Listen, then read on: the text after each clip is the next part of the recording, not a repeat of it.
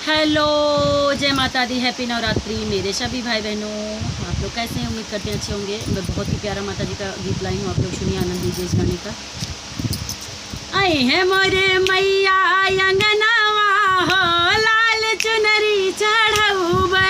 आई है मोरी मैया भवनवा हो, लाल चुनरी चढ़ौबे।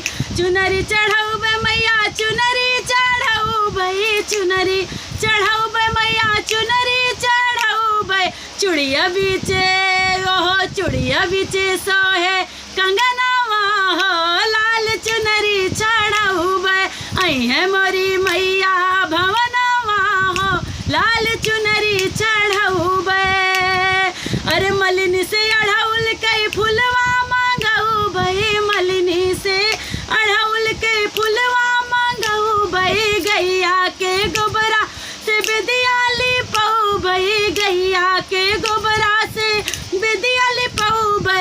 असुवन से धौबे चरणवा हो, लाल चुनरी चढ़ौबे। असुवन से धौबे चरणवा हो, लाल चुनरी चढ़ौबे। आई है मोरी मैया भवनवा हो, लाल चुनरी चढ़ौबे। 9 दिन रातर माँ करबै पूजनवा, 9 दिन नवरात्र में करबै पूजनवा।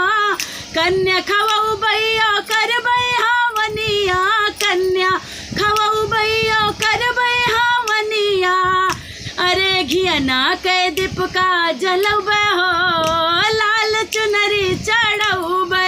घियना के दीपका जलौबे हो, लाल चुनरी चढ़ौबे। गोतनी बोलौबे कीर्तन करौबे, गोतनी बोलौबे